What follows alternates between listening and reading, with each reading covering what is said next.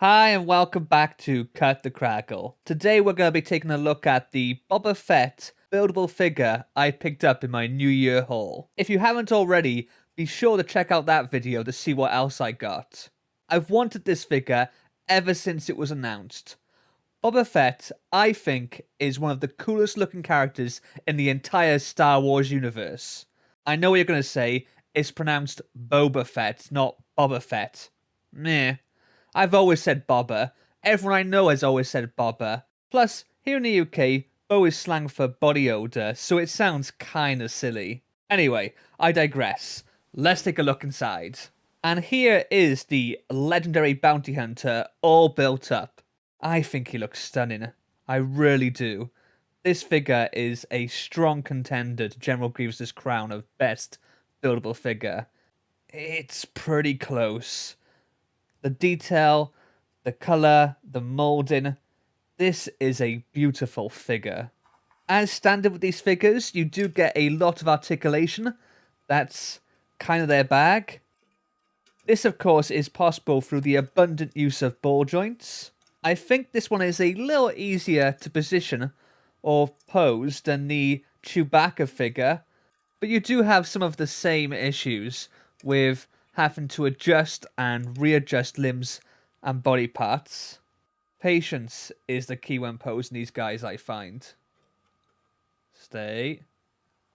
One thing that immediately helps this figure stand out are the very nice printed pieces. Starting off with his torso piece, this feels very accurate to the character, both the detail of the design and also the colouring. Of course, what often makes or breaks these buildable figures are the headpieces. Typically, LEGO have been doing a great job of the helmeted ones, and a less than great job of those with exposed human faces.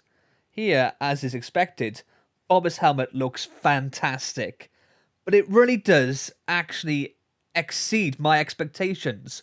One thing, for example, is this little noggin by here. That's not just painted on, there is a physical dent there. They didn't really have to do that, but I am super glad they did because it just elevates the quality of this piece and the figure as a whole. The moulding all round is just outstanding, and this just looks great from every angle really. Very, very pretty. The rangefinder up here, it's okay. It's brick built. It does the job. Yeah.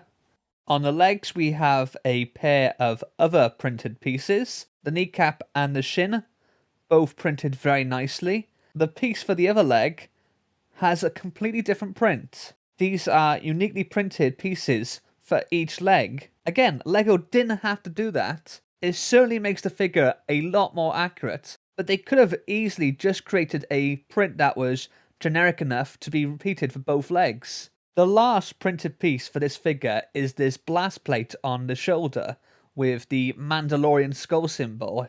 I believe that Boba himself is no longer considered a Mandalorian. I could be wrong. I am a big Star Wars fan, but I'm a little behind in updating myself fully on everything that has changed since the Disney takeover. Time was that Django had Boba created to continue on the legacy of the Mandalorians, as they had all been pretty much wiped out by the time of Attack of the Clones. There's a great comic called Jango Fett Open Seasons that tells the story of how Django joined the Mandalorians. I know that is definitely not canon anymore, but I do still recommend it. It is a great read. On his left forearm here, you have Bubba's wrist rocket.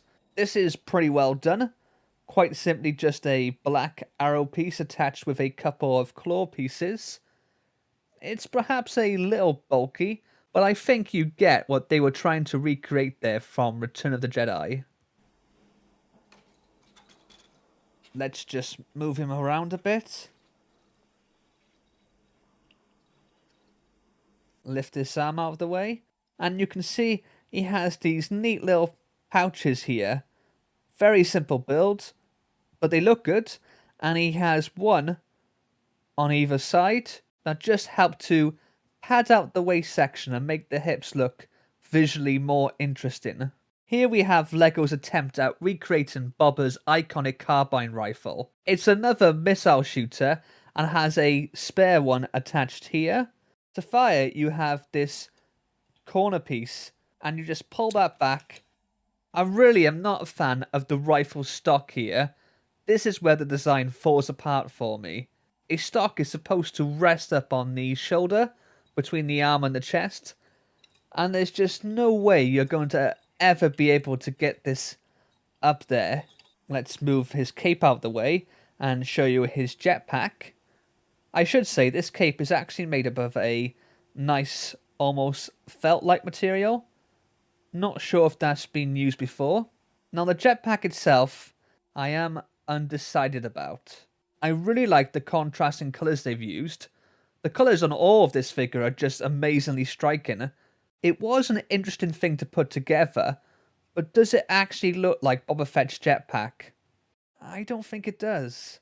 Up top here, we have what is meant to be an explosive missile, and that is a flick missile that you're meant to fire with this little mechanism here. This does not work well at all.